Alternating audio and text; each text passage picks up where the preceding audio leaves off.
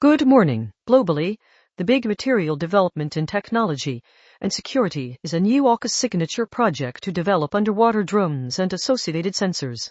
The US, UK, and Australia say the capability is aimed at strengthening undersea defense, including protection of critical infrastructure like subsea cables, and is being positioned as a way to reinvigorate AUKUS Pillar 2 beyond submarines. This is part of a wider technological revolution in defense, where autonomy, sensing and undersea persistence are becoming central to deterrence and maritime surveillance. On artificial intelligence and the global economy, the Financial Times reports SoftBank has pledged Euro 75 billion to build what it describes as Europe's biggest AI facility in France, putting France at the center of Masayoshi Son's global AI ambitions. If it proceeds on that scale, it would be a major signal of accelerating capital expenditure into AI compute and infrastructure in Europe, with flow-on implications for energy demand, supply chains, and competition for advanced chips and talent. Separately, the FT also highlights the intensifying debate about AI and jobs, not only what automation can do, but what governments and employers decide it should do,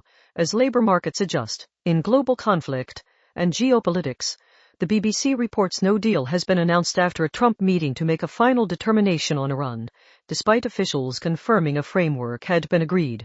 SBS reports the US has warned it would restart attacks on Iran if a ceasefire deal fails, underscoring how fragile any arrangement remains and how quickly escalation risks could return. In Europe, the BBC reports residents in a Romanian city hit by a drone say no one feels safe now, reflecting the continuing spillover anxiety from regional conflict dynamics. Al Jazeera reports a Palestinian doctor has been killed and others injured in an Israeli attack on Gaza, and reports of settler attacks across parts of the occupied West Bank, pointing to ongoing volatility on the ground. Turning to Australia, AUKUS is the standout national security and technology story this morning, with Canberra directly tied to the underwater drone initiative. Expect continued focus on how quickly Pillar 2 projects can move from announcements to deployable capability, and what that means for Australian industry participation, procurement settings, and the Australian Public Services capacity to manage complex, fast-moving technology programs. On Australian government policy and politics,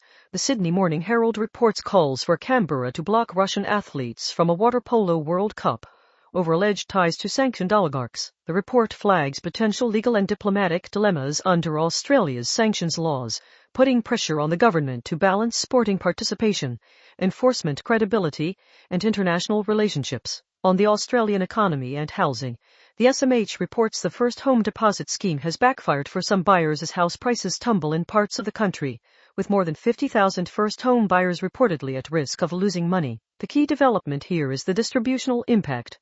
Households that entered the market with smaller deposits are more exposed to price falls, raising questions about policy design, consumer protection, and how housing risk is being shared between borrowers, lenders, and government-backed schemes. In local and community updates, SBS reports 5 divers have been rescued from Alal's cave as the search continues for a missing pair, with specialist crews arriving from around the world. And in Sydney, SBS reports on a dojo using karate to build resilience among teachers and young people, a smaller but notable local social story amid broader pressures on education and well-being. That's the latest on the major developments across AI, the global economy, conflict, and key Australian policy and economic issues.